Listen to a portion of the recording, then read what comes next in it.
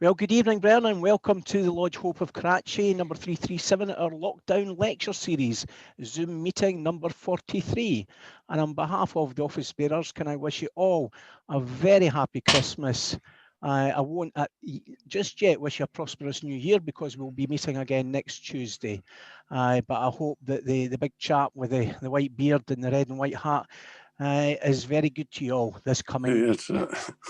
Brennan, can I remind you all, please, of the Grand Lodge of Scotland guidelines? Please keep your camera on and a suitable name within the box for me, please. Can I also ask you, as usual, to please sign the virtual tile on our Facebook pages? Thank you so much, Brennan. Brennan, we were all waiting for Andreas a couple of weeks ago, but circumstances dictated he had pressing commitments and was not able to join us. However, I'm delighted to welcome the current master of Quarter Coronati Lodge, the premier lodge of research under the United Grand Lodge of England, to speak to us this evening on the Swedish Rite. Andreas will be very well known to many of you. He is a very well renowned Masonic researcher, and we've had him in the past in real life, Brian, at the Lodge Hope of Karachi symposiums that we've organised in the past. But it's a delight to have him back, this time virtually. Brother Andreas, over to you, sir. Thank you so much for these kind words of introduction, Gordon. And I would like to excuse myself for not being present the other week. For sure, if I would have been taken to Kirkcaldy or to Rosyth, where I was the last time, I would certainly been on spot. So all this confusion is down to that we are on a digital platform and many things around us. Behind myself, I have a little image from 1770 from Sweden. It's a phoenix, as you all can see. And it's my sincere hope that this year, when we not have been able to meet physically anyhow, has transformed the fraternity, and that we soon will be able to meet again, hopefully. So what I would like to talk to you through today is... Good evening, Brennan. Yes, you can hear me? Great, wonderful. Is the history of the Swedish Rite, and particularly the first 100 years.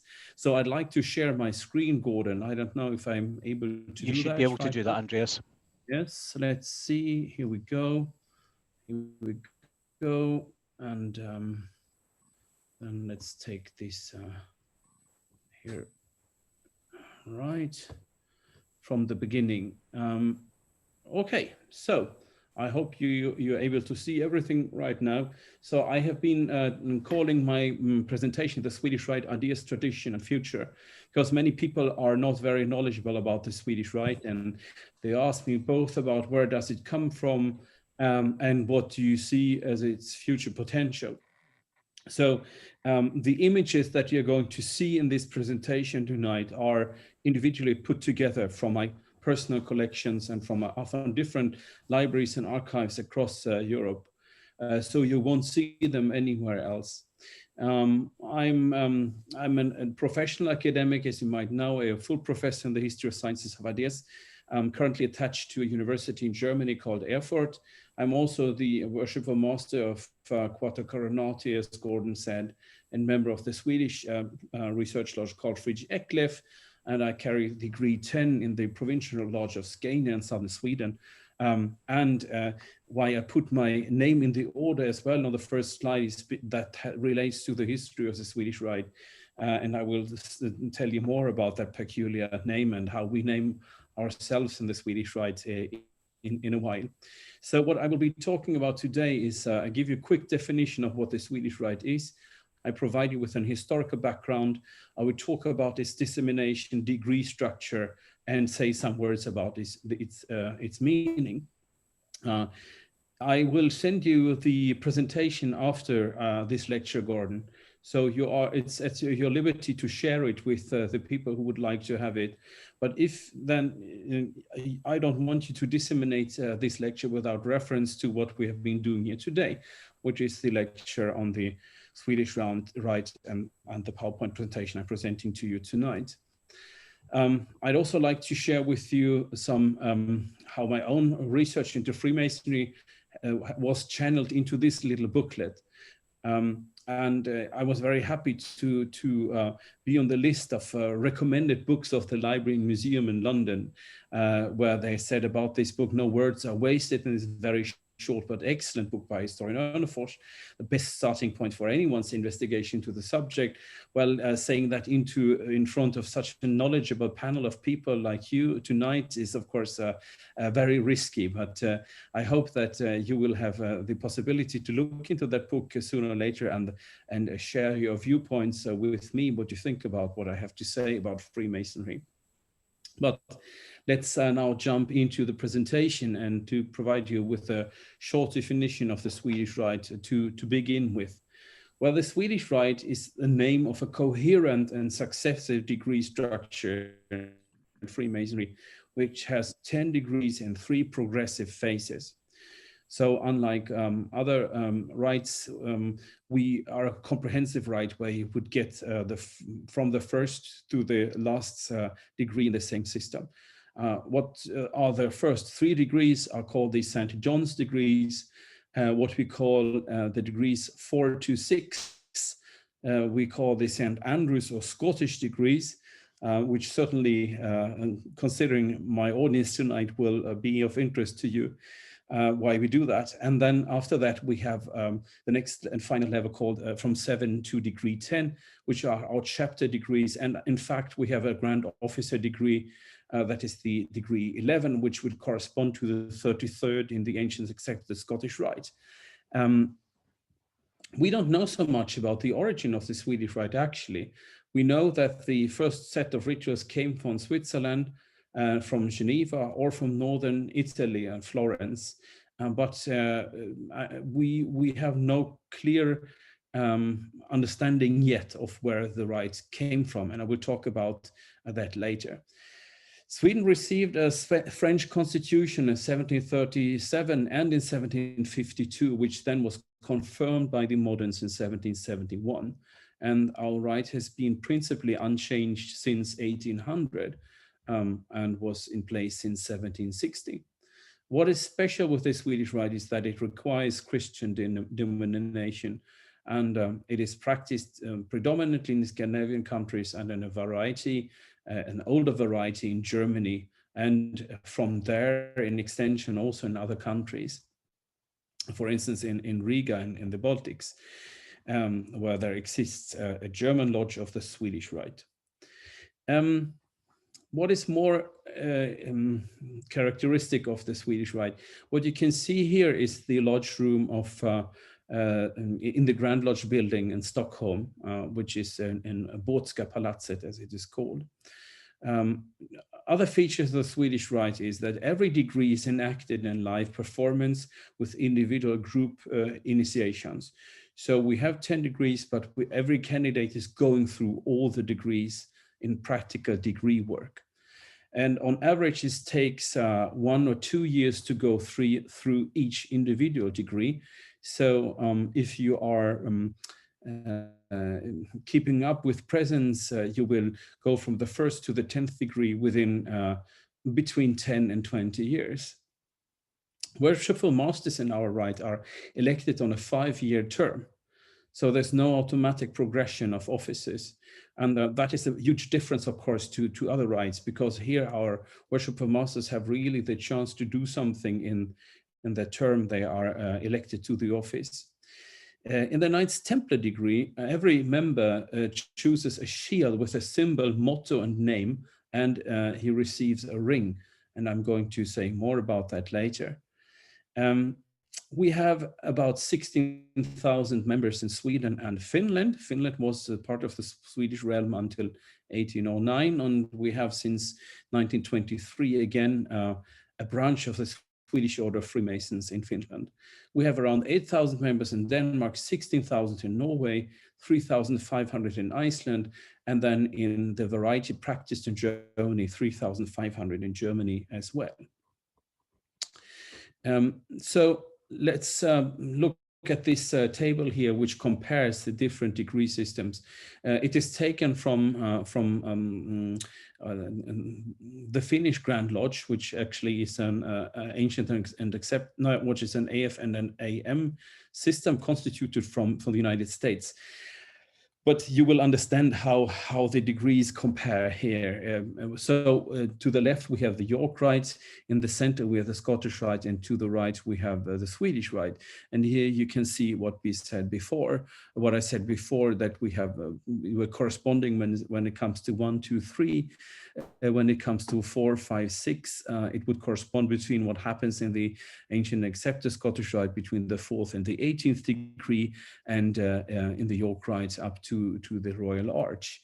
I put the arrows here because the 18th degree in the Scottish Rite, ancient accepted Scottish Rite, would correspond to Royal Arch, or what we call the Scottish Masters in the Swedish Rite. And then you can see how the higher degrees compares to the York Rite and the Scottish Rite in comparison.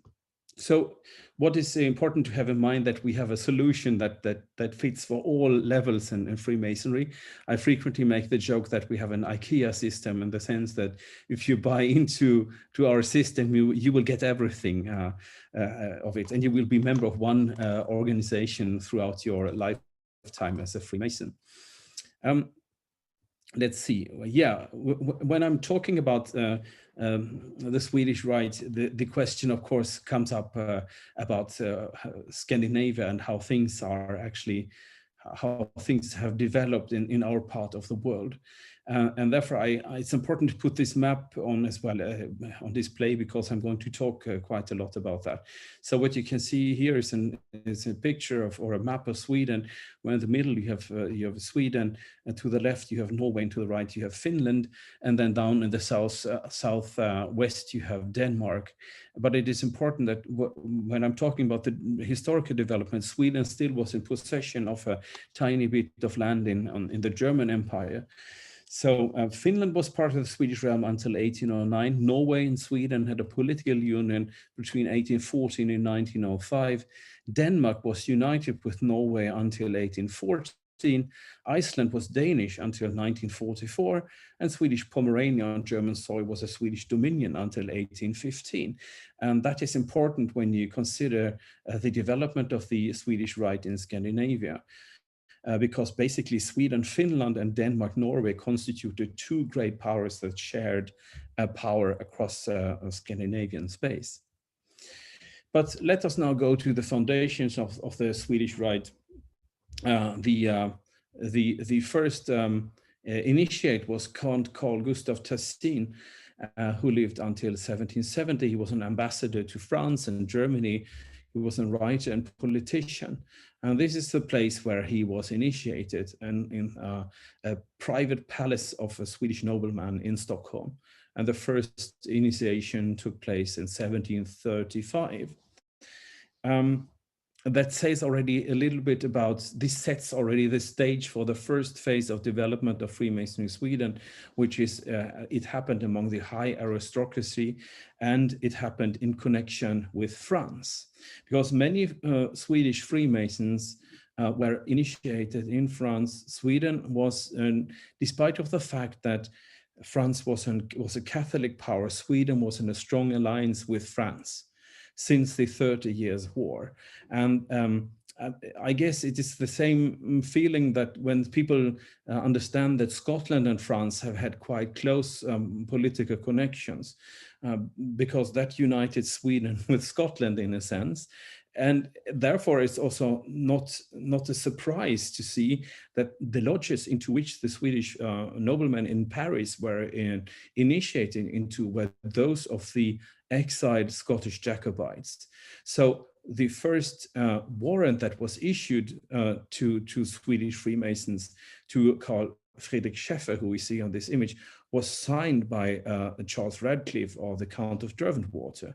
And there are many Scottish names that are popping up in these first contacts between Swedish and Jacobite Freemasonry. The Grand Master, the Grand Secretary Moore, for instance, and lots of other names.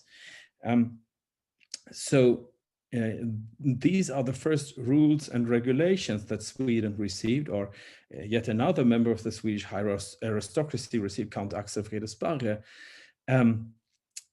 And these were the rules and regulations written for the Jacobite lodges in French in Paris. And again, signed by Moore and signed by Derwentwater in 1736 already.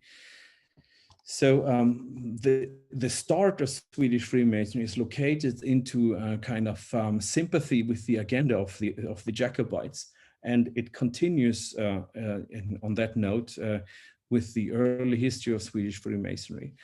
Very shortly after Freemasonry received its first warrant from the Jacobite lodges in Paris, there appeared the first Swedish article on Freemasonry already in 1738. This article is in part a translation of a French pamphlet called Relations apologiques, and I have published a paper in HUC about that particular episode, where I'm trying to, where I do locate the original source of this first Swedish article on Freemasonry, which was a very positive article. It was very, very much endorsing the ideas behind Freemasonry in the Swedish newspapers. So it's quite early for our understanding, of course. Yet the next link to the Scottish and Jacobite connection is what happened in the 1740s, when the Jacobite James Keith was very active in the area. He had been hired by the Russian Tsar because he was a very talented military commander, basically. And during a little skirmish war between Sweden and Russia at the beginning of the 1770s, James Keith was stationed in the Baltic Sea area, and he was commissioned to occupy parts of Sweden with Russian troops in order to secure the peace treaty between Sweden and the Russian crown. But himself being a Freemason and his brother being a Grand Master of Scotland, I believe, over in Scotland, Keith opens Masonic lodges in Sweden, and he functions as a provincial Grand Master of Russia. Now, James Keith is a very fascinating person. If you never have heard about anything about his biography, I strongly recommend you reading about him. He made an exceptional career as military commander and ended his service he ended his life in the service of Frederick the Great of Prussia, yet another great name in the history of Freemasonry across Europe. At the time, he was killed in battle in Hohenheim, I think. He had also an exceptional private life. He was living together with a Finnish lady. I think they never married, and it was very unusual at the time. And he was also engaged in different fraternal orders. So he was the person who gave Swedish Freemasonry the second boost, because he initiated about 100 people during the 1740s in the lodges that he opened in Stockholm. Well, and then the first time actually Sweden or Europe was made aware of that there was Freemasonry in Sweden was at the occasion of the birth of Crown Prince Gustav in Sweden in 1746. So what happened is that the Swedish Freemasons struck a medal, which I showed to you here. It's the first Masonic medal that was struck in Sweden.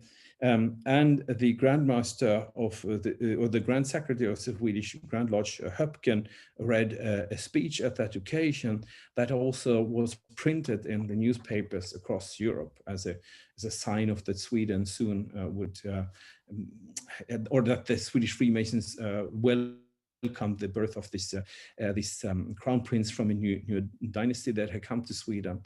But in the same year, we also witnessed the first instance of anti-Masonry in Sweden. That's the article that is displayed behind the medal. which is written by what we today would call evangelical Christians, who were very upset by the idea that the sons of Cain would start lodges in Sweden and would start with their satanic rituals. So it's a very interesting pamphlet that's not so much written about, but I will certainly do a paper about it soon. We also can see that Sweden had its first, probably, therefore there's a question mark, contact to a higher degree Freemasonry abroad, also within the Swedish-French networks. We had yet another Swedish nobleman called Fredrik Hahn, who went to war theaters on the continent and got initiated into what we later would call the Scottish degrees. So everything basically was in place before 1750. So we had the first development in the context of Swedish diplomatic culture and social encounters. It is a matter of the high aristocracy and the Swedish supreme political elite. There's a relatively low degree of membership. By 1750, we only have 27 known members. I mentioned before that Keith initiated far more people. We don't know who they were. That is based on a membership record that was erected in 1800. And Freemasonry is known to the broader public by press articles, publicity through the coining of the medal, and possibly anti-Masonic ideas, and the satirical treatment on stage as early as 1747. There was a French satirical play on Freemason that was translated to Sweden and quite successfully staged in Stockholm. But then we have a rapid expansion between 1750 and 60, when yet another Swedish nobleman receives a warrant, a new French warrant, to establish a mother lodge for Sweden by Clermont in France. And this lodge was called Saint-Jean Auxiliaire. It was established in Stockholm. And this was the powerhouse of Swedish Freemasonry in that second phase of rapid expansion. So what they did was they recruited the leading elites to the ideals of Freemasonry, and a Masonic orphanage was opened in Stockholm with participation of the royal family. Another coin was struck with the crown princess, Sophia Albertina, who was likened with the Pharaoh's daughter who had taken care of Moses. And in 1754, we see the first lodge opened in another city of Sweden, in Gothenburg, called Salomon à Trois Serrures. As you can see, the names are French, so the Swedes would really identify France and Freemasonry as a French phenomenon. And then in 1756, we have the first lodge that is opened in the higher degrees by Carl Friedrich Eklef, called L'Innocent, also that in French.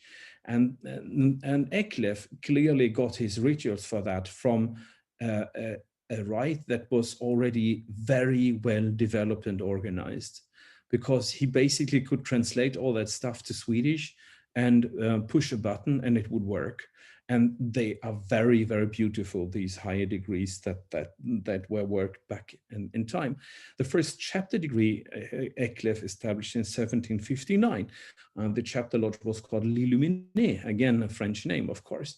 And first after that happened, the Swedish Grand Lodge was established, because it was only then they felt that they had three big working lodges in different parts of the realm. So the Grand Lodge of Sweden is 1 year younger than the first grand chapter, so to speak. And another year later, the first lodge outside Sweden proper, Swedish Army Lodge in Swedish Pomerania, was founded. Here we have Carl Friedrich Eklef, who is the central character in the development of Freemasonry in Sweden. Talking about Swedish Pomerania, this is the coat of arms of the Swedish Army Lodge that you can see, the crest. And to the right, we have a very advanced warrant that was issued for the Lodge zur Eintracht in Stralsund in Swedish Pomerania, which at the time belonged to the Swedish Crown. A very beautiful paper, a document that is preserved in the archives in Berlin, actually, because later on that part of Germany became Prussian and German, and so also the archival sources came under the German jurisdiction, unfortunately. But they are preserved and they are very beautiful. By 1760, the core ingredients of the Swedish Rite were in place. And that is, we have 3 separate divisions, but yet a coherent organization, a progression with one order of Knight Masons, with a potential progression from the first to the last degree, whereas it was exclusive to be elaborated to the next 2 degrees for a certain amount of members only. And then we have a Knights Templar Freemasonry on top of the system with chivalric and sacerdotal elements, which means when you arrive to the supreme level of Swedish Freemasonry, you were both made a knight and a priest. This title page is not directly from a Swedish Rite, but from a rite that is closely connected to it, namely of the Clermont Rite, which also was a Knights Templar Masonic Rite with 3 divisions. And this particular image comes from the minute book of the chapter lodge in Rostock in Germany from 1761. And here you can see at the bottom the Order of Freemasons with the blue square. Then we have the Order of Knighthood of St. Andrew, which has a green St. Andrew cross. And then on top we have the red square, which is the Order of Knights of Jerusalem. And they are connected to the heavenly protection with the red cross. So to continue, that's the image I have on behind myself here. Swedish Freemasonry almost recruited 1,500 members, had lodges in Sweden, Finland, and Germany. But there's of course no Freemasonry complete without the English Grand Lodge meddling somehow. But I'm saying that from the perspective of being a worshipful master in the United Grand Lodge of England, of course. And what we can see between 765 and 1770 is that we have a competing organization popping up in Sweden. A person called Tullman, who said that the Swedes were not properly constituted, and he said, "I'm opening a properly constituted provincial Grand Lodges in Sweden now." And this conflict between the Grand Lodge of Sweden that obviously did exist, yet with French patents, and the Swedish Provincial Grand Lodge founded by London lasted 5 years and was resolved to the advantage of Sweden, where the Swedish establishment with the French patents was acknowledged by the modern Grand Lodge.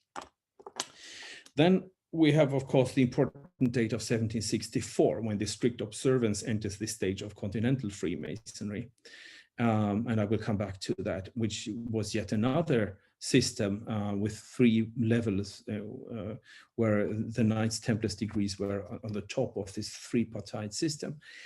The Swedish Rite of Eklef that Sweden then worked was spread to Germany in a German translation, and it was also then the German Große Landesloge was established, working with the Eklef Rite in 1770. So that was the first time when the Swedish Rite successfully was exported outside Sweden to another country.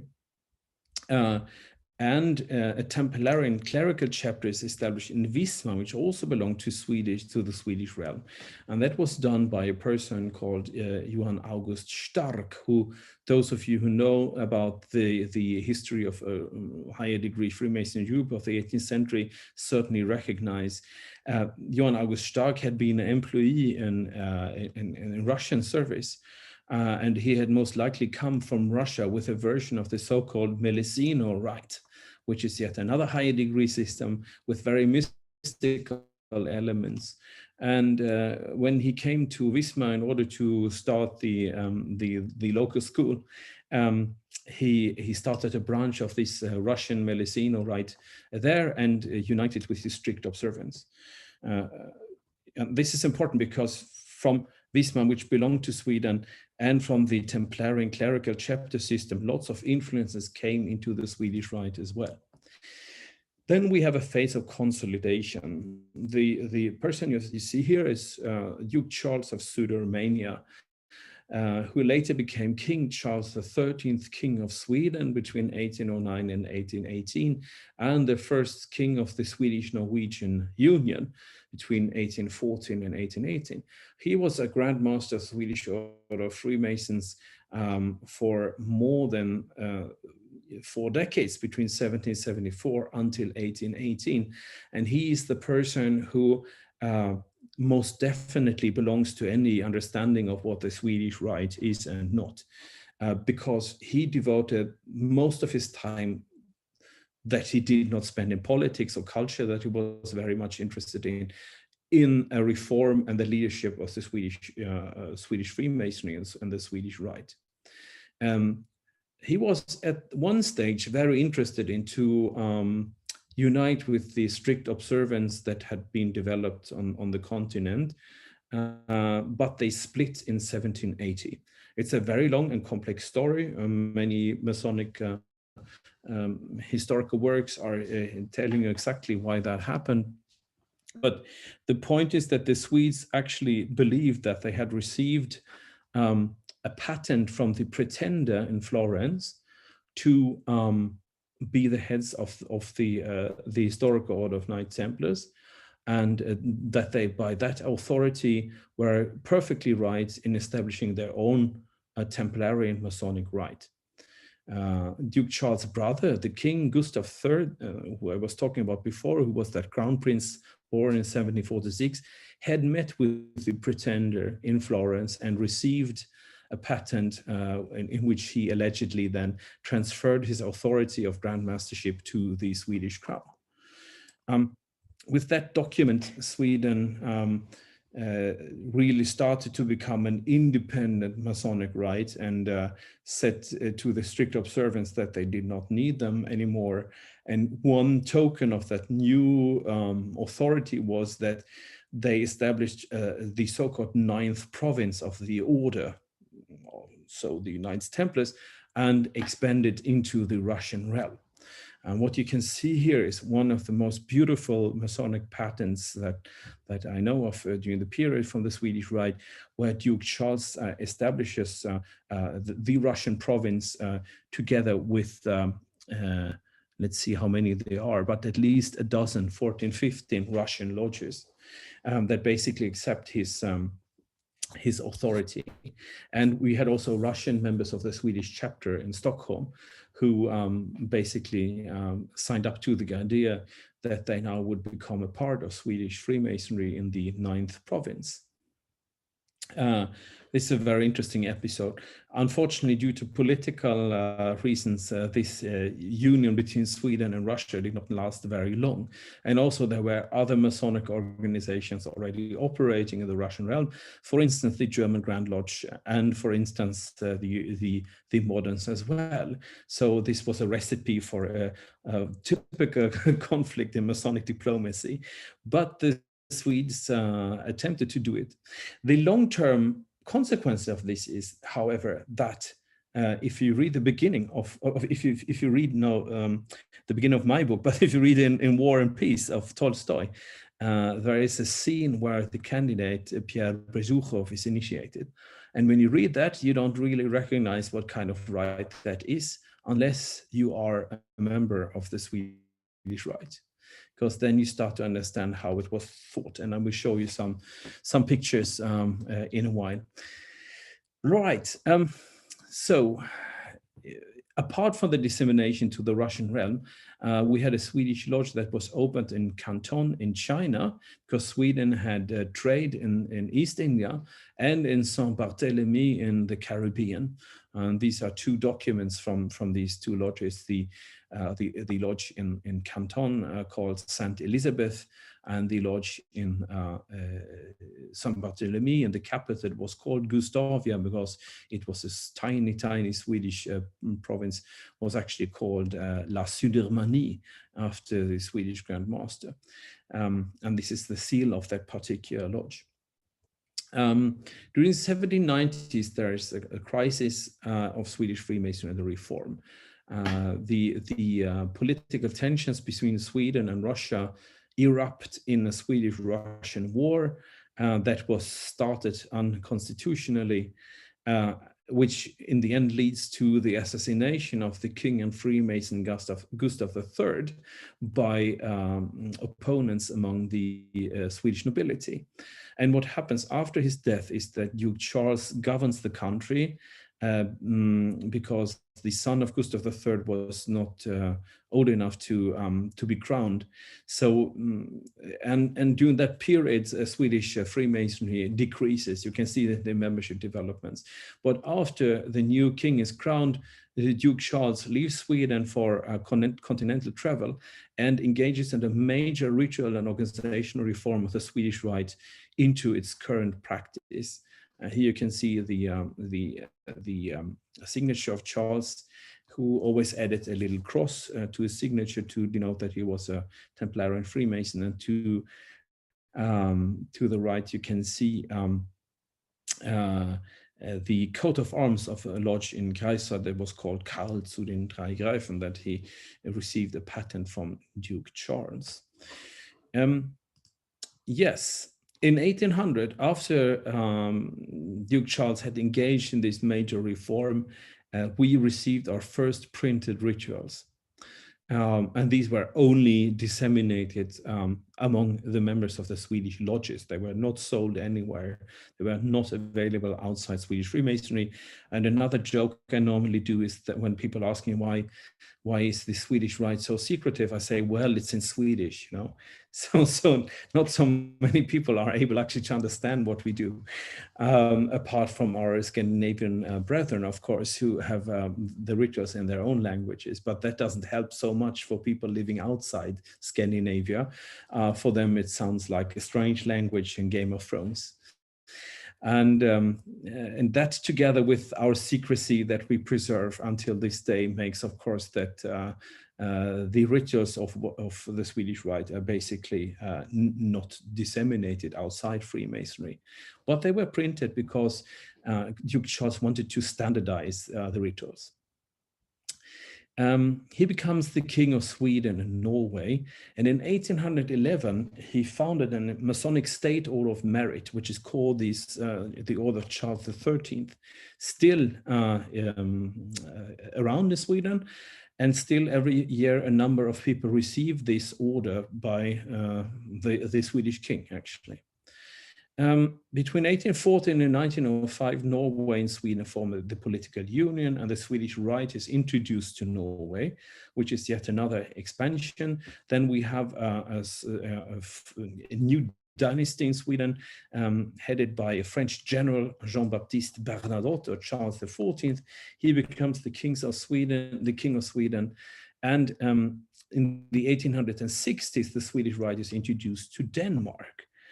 And in the 1880s, Norway finally becomes an independent province of Freemasonry, so an independent Grand Lodge. So by the 1880s, we have 3 independent Grand Lodges in Scandinavia: those of Sweden, those of Norway, and those of Denmark, and those of Norway. And what is typical for those 2 countries is that they also have other traditions of Freemasonry, not only the Swedish Rite. But that would take a bit too long time to talk about that now. Maybe if you want to need to explore that topic more, I could do that during the question time. The union with Norway was eventually dissolved. And after the First World War, we see also that the first stronger anti-Masonic sentiments come into the country that are culminating in the 1930s. Sweden remained a neutral country and unoccupied during the Second World War. And that's important to note because Norway and Denmark were occupied by the Nazis, and Freemasonry ceased to exist for the period of occupation in the Second World War. So Sweden, together with a few other Grand Lodges in Europe, was not affected by the Nazi occupation of Europe. Our membership was at its top in the 1950s and 60s, And the last Grandmaster of the royal family died as late as 1997. So since then, we don't have any royal Grandmasters or Grandmasters from the royal family, but perfectly private people who are assuming that position. In the year of 2000, Swedish Order of Freemasons made an organizational reform, but the rituals remain basically untouched since 1800. We have also, over the last 2 decades, witnessed an expansion and increase in recruitment, and the Swedish Rite has fully entered the digital age. If you go to our homepages, we try to keep them very fancy and modern. So at the end of my presentation, I just want to talk you through a number of slides that kind of illustrate how our coherent degree system looks like if you look into it. As I said before, I will not say anything about rituals. I will just give you an impression from what is available in different archives. And again, the most important thing is to keep in mind here is that we have this coherent system of 3 different levels in one system. This is, as one image I showed already in the beginning, in Stockholm, the Masonic Lodge for the first 3 degrees, different lodges do assemble there. And this is how that such a lodge room for the first 3 degrees would look like. And similars are around in Sweden, Norway, Denmark. This is the scene from the BBC drama War and Peace that was done recently, which is based on Tolstoy's novel, of course, from 1869. This is the initiation of Pierre Bejukhov. And I'm not saying that we are doing this the same way in the Swedish Rite. I'm just saying that people who are on the Swedish Rite will recognize some features of the ritual that you can see here. So I strongly recommend those of you who want to get a better understanding of that to grab your copy of Tolstoy and read the passages on Freemasonry. These are images from the Scottish Apprentice and Fellow degree, which is a combined 4th and 5th degree. The tracing board to the left and to the right, drawings for the lodge in St. Petersburg, working in the Swedish system. And these drawings, they have an incredible history. They are in the Library Museum of Freemasonry in London. They were taken to Britain by a Russian who went into exile because Freemason was prohibited in Russia in 1820. And of course, the material was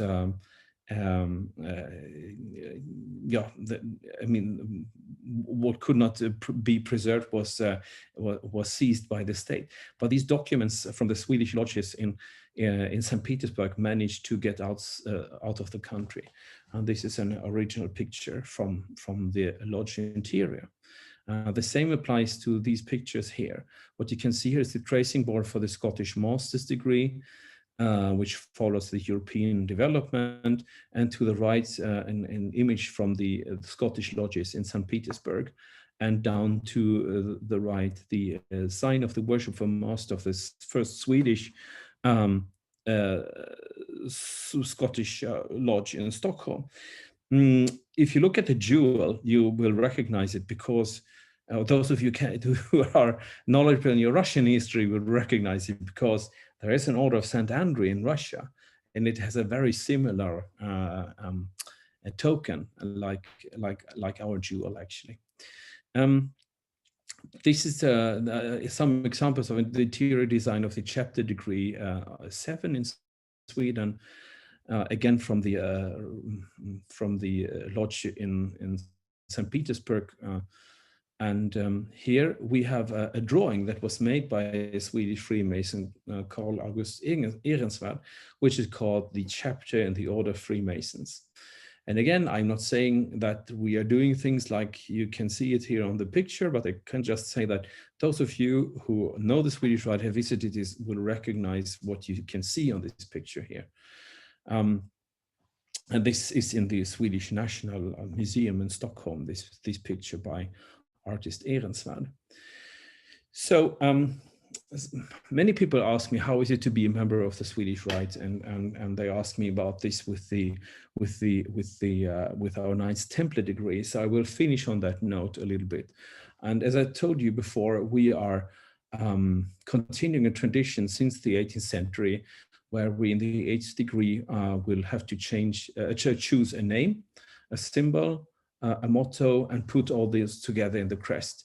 And the best thing is, of course, if they fit together somehow.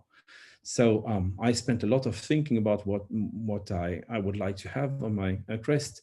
And Pegasus is the symbol of, you know, the arts and humanities and writing and inspiration and so on from the Greek mythology. So I like the idea of a Pegasus. My name in the order is the Knight of the Silver Pegasus.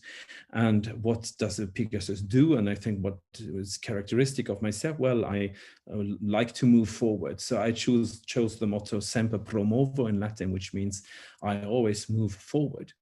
Then you can also see our ring, which this is a picture of my ring that you can see here, that we also get in the 8th degree. And we are allowed to show both these things publicly. So we have them on display in our homes or in our offices, and we carry the ring when we go outside the lodge as well. It has an inscription, the ring, and mine. We have a very nice tradition in our lodge here in Malmö, is inherited from a brother. That means that we are buying back the rings from deceased brothers, and we are handing them out again to Freemasons in our chain. So in my case, this ring was originally engraved in the 1880s, and it has since then been passed on in a line of different carriers since that time. So more than 100 and almost 150 years, which is a very nice tradition. So I will just carry it further until I will, or my family will hand it back to the lodge, and then the next brother will carry it. And I think that that's a very nice connection back in time, and very nice tradition that we have in our lodge here in Malmö. Right, some other imagery. This is a Swedish constitution for the chapter lodge in Germany, just to give you an impression about the imagery that we have in our Rite. And this is material from the St. Petersburg chapter lodge that was founded in 1780. This particular collection is in the Grand Orient de France collections in Paris. And these are the drawings for the Swedish Rite chapter degrees. Those are in The Hague, I believe. And this is the chapter hall of the Swedish Order of Freemasons in Stockholm. And we are putting the crests of our living members on the walls here.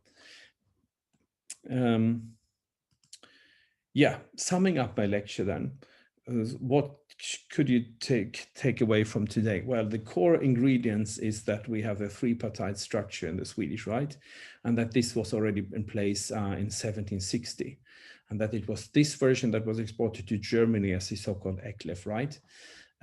We have a period of major reforms between the middle of the 1770s to 1800, which eventually established the still practiced system of degrees and of organization.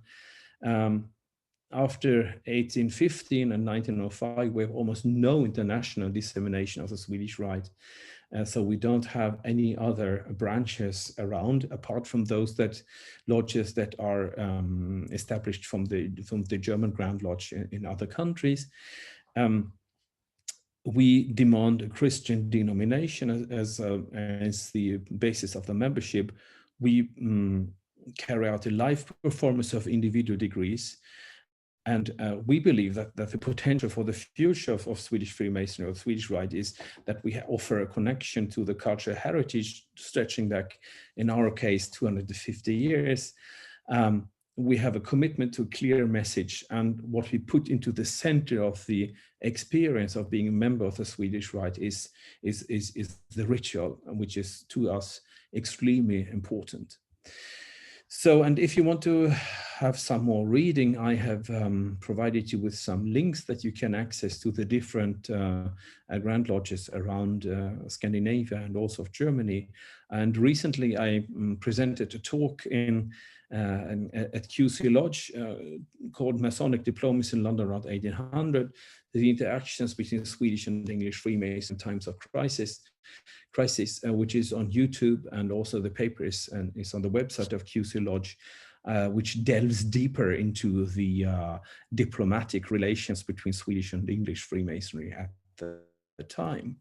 So with that being said, Gordon, I think that I am ready, and I hope that I didn't talk too much. Thank you. Worshipful brother, Dr. Andreas Onnerfors, on behalf of us all, thank you so much for a fantastic insight into the Swedish Rite. I think here in Scotland there's a lot of connections with Scandinavia, and we do see quite often very many visiting brethren coming over and visiting our lodges. And I just don't think we ever really knew the inside, the depth of it and the differences. And you've certainly enlightened us this evening.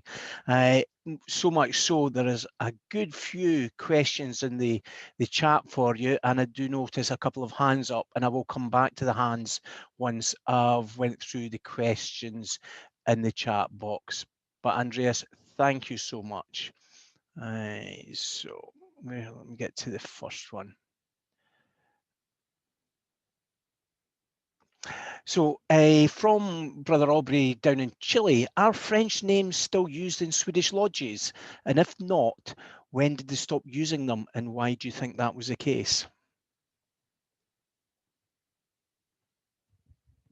There is a discussion about that lodge in Gothenburg called Solomon à Trois Serrures, and but we have a new lodge in Stockholm that was founded, and it's called La Lumière. So we want to keep that tradition. Actually, there was a period when we saw French on our crests as well, both in mottos and names. That disappeared, but we have a trend going back to the sources of Swedish Freemasonry, because ritually you will feel yourself at home even when coming from the Grand Orient de France. We are not working with emulation, that is absolutely clear, which you can see. You have to visit a Swedish Rite lodge in order to understand that. So I would say that we are very influenced by our French connections still. Okay, thank you. Siva's asking, can you elaborate on strict observance? What does it imply? What does it mean? Yeah, it's a higher degree system that was established in Germany around 1750. And in connection with this 7 Years' War between 1757 and 1764, this system expanded throughout the old German Empire. So it was also a Masonic rite that claimed ancestry from the Order of Knights Templars, and where the leader of the order, a certain von Hund, claimed that he had the authority to basically incorporate all the other lodges into his own system. So it was also a system working on 3 separate levels up to the Knights Templar degrees. Okay, thank you. Gerard O'Donnell asks, why is a Christian requirement still present? Does this not limit the growth of membership for the Rite, given the changing demographic nature of society? If you ask me personally, I would definitely agree, because I think there's nothing offending in our degrees for a person who does not share a Christian denomination. Of course, if you would ask the same question to a person who belongs to the York Rite in the United States, for instance, you could argue the same way. You could say, well, will you get something out of that in confessing to Jesus Christ, or to having rituals that are very heavily drawn upon the Christian, the New Testament, that. But if you ask me personally, I think that we could start looking into that. What happened a couple of years ago is that we allowed the Finnish Grand Lodge to open lodges in Sweden. So because our rite has a branch in Finland, And then the Finnish Grand Lodge argued, why can't we have lodges in Sweden that are, so to speak, working with, I think, a web ritual from the United States, and then there was a mutual agreement between Sweden and Finland, and now we have the Finnish lodges working in Sweden for people who do not want to subscribe to that very strict denominational requirement. Okay, thank you. Willie Barth is asking, is there any connection between Emanuel Swedenborg and the Swedish Rite? No, many people believe this is the case, but it is not. I wish it would, because Swedenborg was a fascinating person, and most likely and most certainly many of the people who were leading Freemasons in Sweden also were interested in Swedenborg's philosophy, which basically you could say is an esoteric interpretation of Christianity. Of course, and I mean, and why? Because of the fact that Swedish Freemasonry is eclectic, so it gathers its inspiration from different sources. It's not orthodox. So many people who belong to the Swedish Rite in the 18th century would certainly also be attracted of Swedenborg, but he was never a member of our Rite, and his ideas are not visible in any particular fashion in the Swedish Rite, more than that both the Swedish Rite and Swedenborgianism connect both to a more esoteric interpretation of Christianity. Okay, thank you, Andreas. James Hodge asks, there are many similarities with the rectified Scottish Rite. Has your research looked at the influences that developed both the Swedish Rite and the rectified Scottish Rite? Yes, true, because comes back to the joint development of the strict observance and the Swedish Rite, because the Scottish rectified Rite was the strict observance collapsed in 1782. It was a huge international European organization, and simply the organization grew too big. And some of the successor organizations were the Chevalier de la Cité Santé, so CBS in France, and also the Scottish rectified Rite. So the Scottish rectified Rite grows out of the strict observance, and since the strict observance already is similar to the Swedish Rite, you can see that connection and the similarities. And then we have a specific variety of the Scottish rectified Rite that was practiced in Denmark, where you also can see larger overlaps with the Swedish Rite. So it doesn't surprise me. Thank you, Andreas. David Johnson comments, a famous Scottish engineer, Thomas Telford, who was a Freemason, was for many years in the construction of the Gotha Canal. It's been suggested that this came about through the Masonic relationship between the British royals and the Swedish royals. Can you confirm? That's a good question. I'm not sure when this was historically. Is it in the middle of the 19th century? David, are you there? Do you want to come in with any more information, David? That would be 1806. All right. It's a good question, because for a later period, we have the strange case of a person who made contact with lodges in Sheffield, who was in the mining and construction business. And his idea was to export the Swedish Rite to England and to actually start a lodge working in the Swedish Rite in Sheffield. So this 1806 connection sounds pretty early to me, but as I wrote in my recent paper on the Masonic connections around 1800, there's lots of more to be done because we don't know so much about it. So whatever you know about this person would be interesting to look into, but I have not stumbled across him in my research. Thank you. Thank you, David. Thank you, Andreas.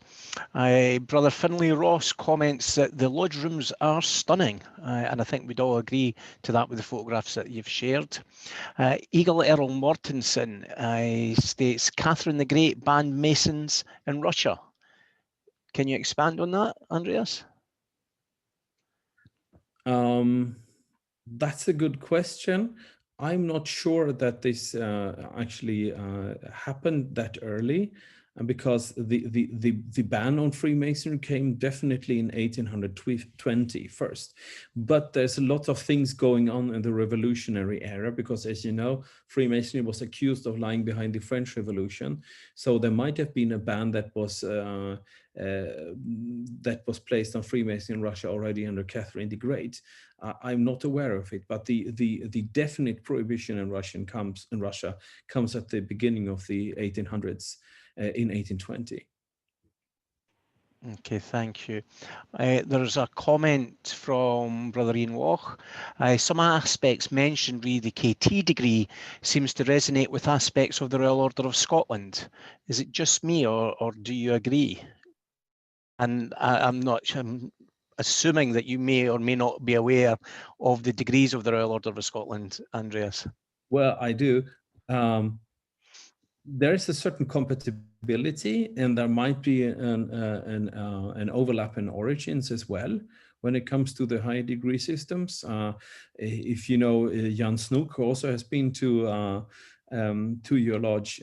He very much proposes the idea that there is a herodom tradition of rituals in European Freemasonry, that we have three traditions basically. We have the modern tradition, we have the ancient tradition, we have the Scottish tradition, but we have also the herodom tradition, and that the herodom basically is the nucleus or the embryo of all other high degree systems.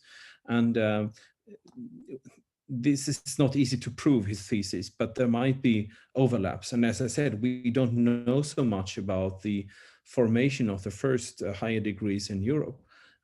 We only recently discovered that the entire history around the first Scottish Masters Lodge in Berlin in 1742, and how much how deep the imagination was that was working these rituals. And most certainly this also came not from nowhere, so there should be a connection, but I would be wary to make a direct connection. Okay, thank you, Andreas. We may put Brother Ewan Rutherford on the spot at some point and ask him what he thinks as the new boss man. Brother Bob Potter, one of the predecessors to you as a lockdown lecture speaker, Andreas, he says, very interesting presentation, Andreas. I had the pleasure to visit the Grand Lodge in Copenhagen in 2019, and I noticed several ropes in the lodges hung between the entrance columns. The ropes appear in your slides too, some with knots. What is the symbolic meaning of the rope? Well, that's what I cannot comment upon. I guess that our brother was in a very particular degree where he could observe that design. So I won't talk more about that.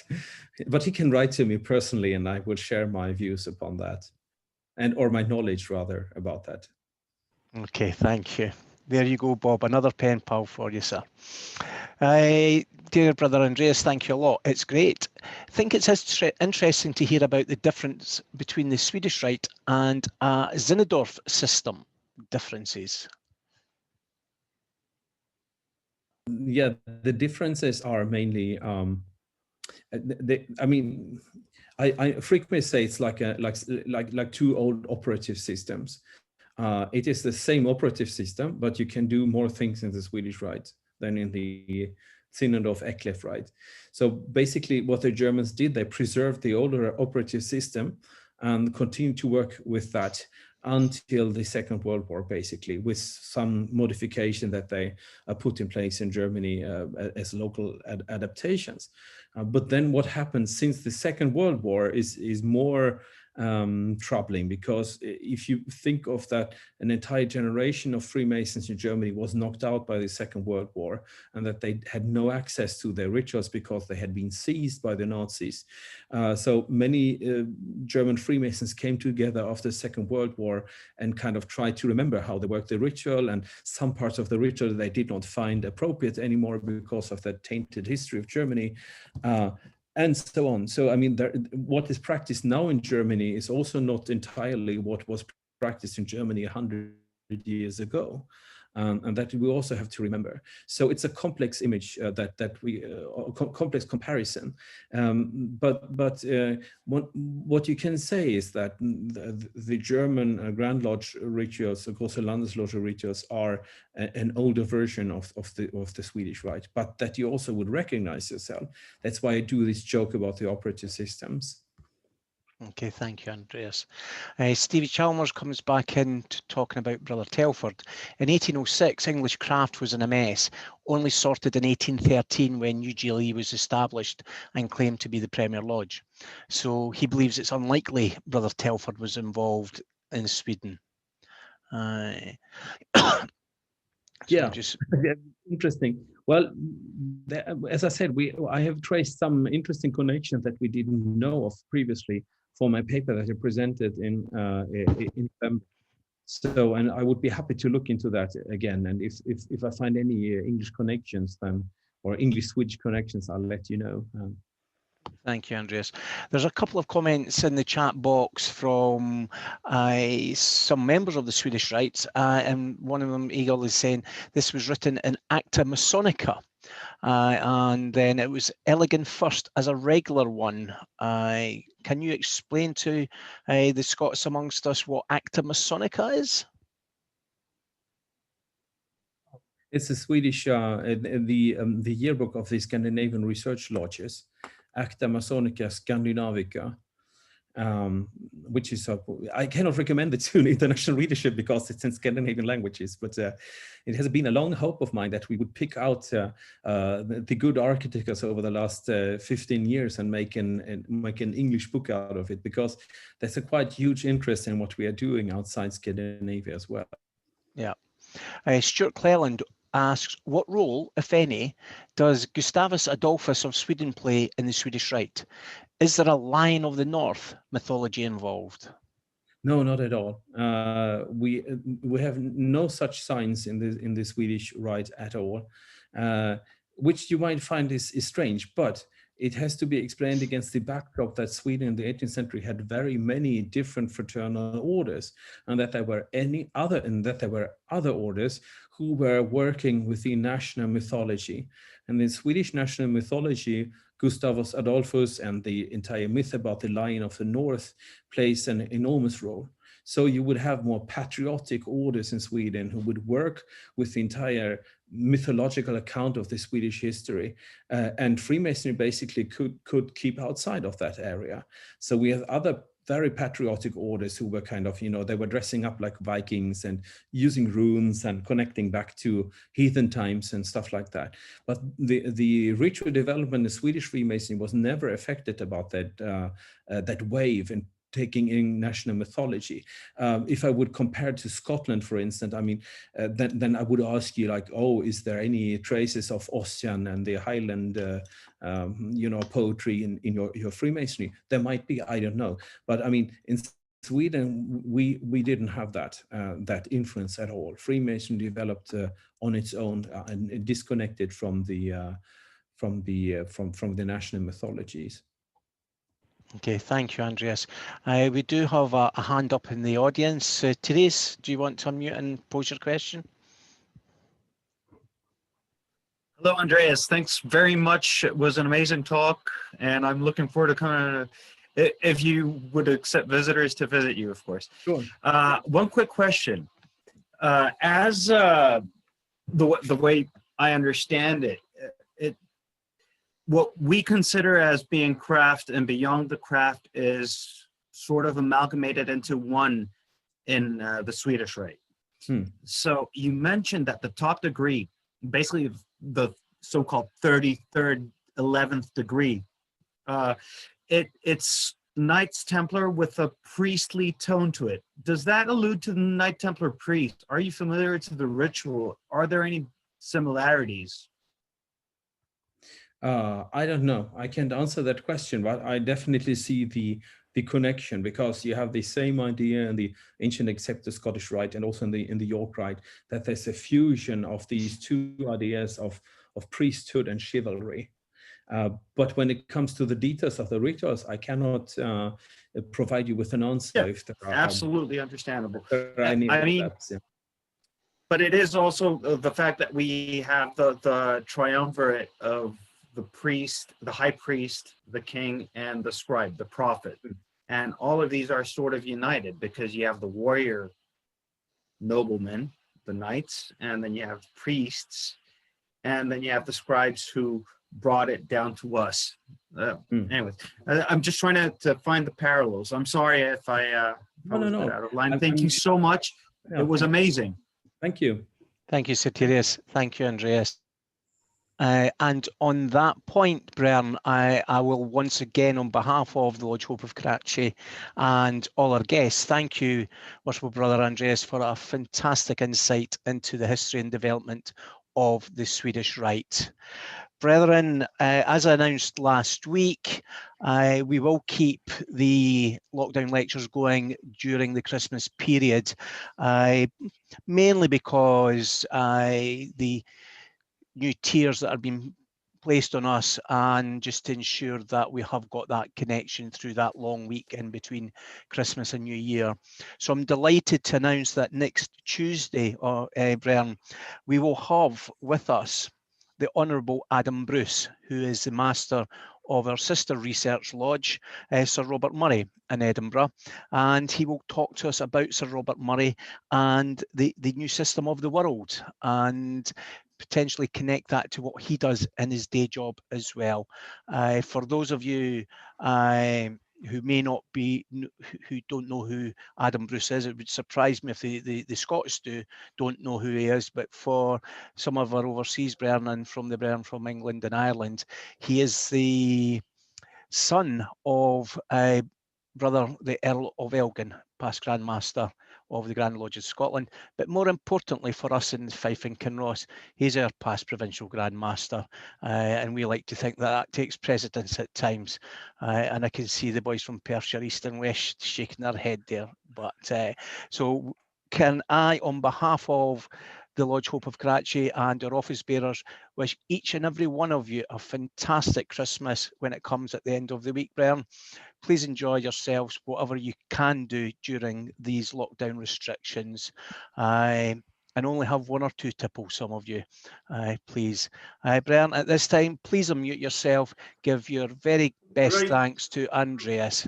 Thank you, Brian. Worshipful Master, before you continue, it would be remiss as your immediate past master not to thank you for your leadership during this pandemic and during this year that we've had, and organising these wonderful lockdown lectures. And it's only be fitting that I give you the season's greetings, and hopefully you can pass them on to your wife and family, and hopefully you stay safe at this time, Master.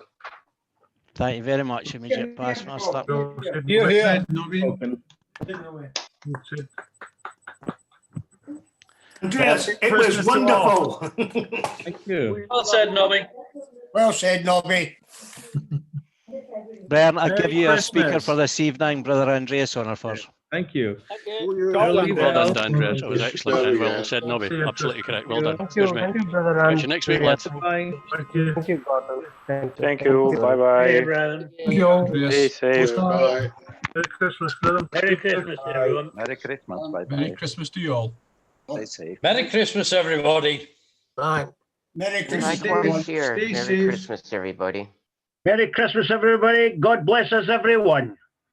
Cheers, Stuart. Safe winter holidays, brethren. All the best, everybody. Stay safe for the new year. Thank you, Andreas. That was a brilliant presentation. Really enjoyed it. Thank you. Thank you very much, Brother Andreas. Stay safe, Brother everybody. Gordon. Merry Christmas. Brother Gordon, Brother Andreas, thank you very much for this evening. And I wish you all a very, very safe Merry Christmas all. Thank you, Brian. Thank you. Associates myself with the remarks of the former speakers, please, Gordon. Well done, Ian. All the best. Okay, Brian, I'm going to give you 5. Stay safe, everybody. 4. And the book is available online from Andreas. 3, 2, Good night, everybody. 1. Merry Christmas. Merry Christmas.